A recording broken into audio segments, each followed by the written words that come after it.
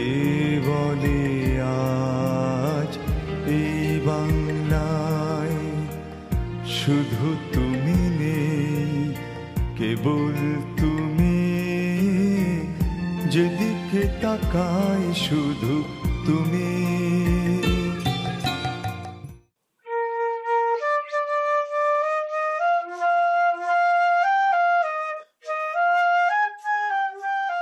চিরসবুজ চা বাগান আর হাওর হ্রদের দেশ হবিগঞ্জে বেশ কয়েকবার সফর করেন শেখ মুজিবুর রহমান। 1970 সালে শায়েস্তাগঞ্জ হাই স্কুল মাঠে এক বিশাল জনসভায় ভাষণ দেন বঙ্গবন্ধু। নির্ধারিত সময়ের পরে সন্ধ্যা গড়িয়ে রাতে এসে হাজির হয়েছিলেন জাতির পিতা।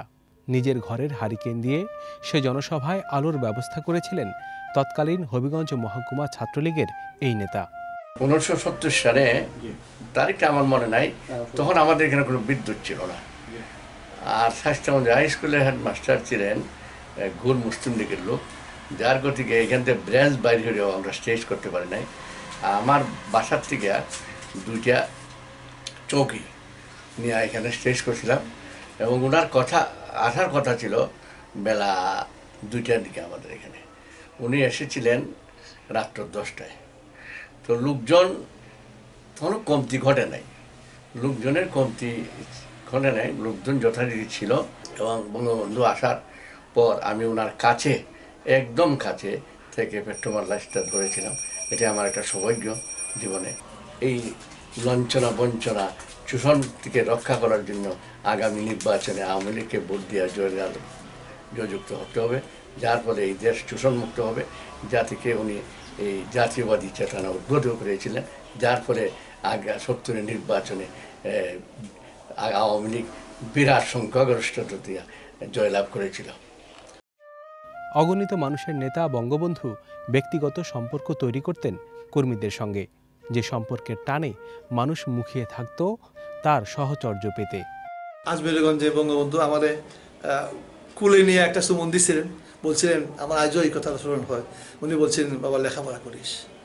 যে কারণে 10 বছর পরেও আমি আমার ডিগ্রি পাস করিয়া আমি আবার ওহলাতিতে আসলাম। মানে ওনারই ইন্সপিরেশন করতে হবে যে বঙ্গবন্ধু বলছেন লেখাপড়া করিস। বঙ্গবন্ধুর স্মৃতি এমন ছিল যে উনি তার কর্মীদের নাম ধরে বলতে পারতেন, জমানুল্লাহ কোথায়, আমার নিম্বর কোথায়, আমার মৎস্য আলী কোথায়, আমার মন্নান কোথায়, এইভাবে উনি নাম ধরে বলতেন। এরা কোথায়, আমার কই আছে। জমানুল্লাহ তো পাগল মতো হয়েছিল, বঙ্গবন্ধুর কী খাওয়াইতো কি না। ওনার জমানুল্লাহর উপর দায়িত্ব পড়তো আপনার ডাব খাইটটা নিতেন। আর বঙ্গবন্ধু লাঠি আছে না, টাকি মাছ বলে, টাকি মাছের ভর্তা খাইতে খুব পছন্দ করতেন, যেটা জমানুল্লাহ সাহেবরা ম্যানেজ করতেন। জনসাধারণের সুখ দুঃখের সারথি ছিলেন বঙ্গবন্ধু শেখ মুজিবুর রহমান। 1973 সালের এপ্রিল মাসের শেষে প্রবল বর্ষণে শায়েস্তাগঞ্জের কলিমনগরে ভাঙন দেখা দেয়।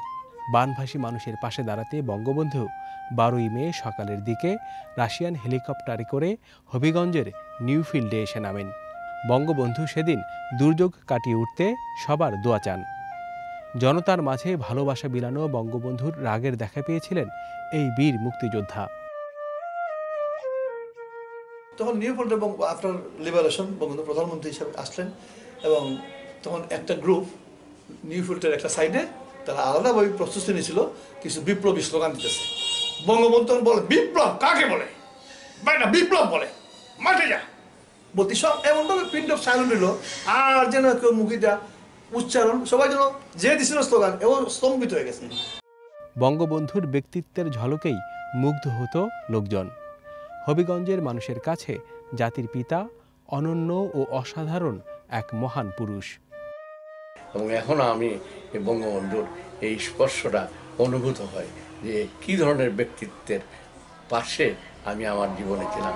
আমার জীবনেও এখন পর্যন্ত বঙ্গবন্ধুর মতো কোনো লোক বাংলাদেশে আমি আজ পর্যন্ত পাই নাই। কারণ এই রকমের ফিগার, এই রকমের এই উচ্চ এবং এত দরাজ গলার লোক আমি বাংলাদেশে আজ পর্যন্ত পাই নাই। এটা একটা উল্লেখযোগ্য, উনি একটু মহামানব ছিলেন, যার ওনার নেতৃত্ব, ওনার চেহারার মধ্যে একটা নেতৃত্বের গুণাবলী ছিল, যে নেতৃত্বের বলে মানুষকে উনি মোহনীয় শক্তির দ্বারা আকৃষ্ট করতে পারতেন, এবং ওনার কথা শুনলে মানুষ বশবর্তী হয়ে যেত। এইটাই ছিল বঙ্গবন্ধুর একটা বড় গুণ।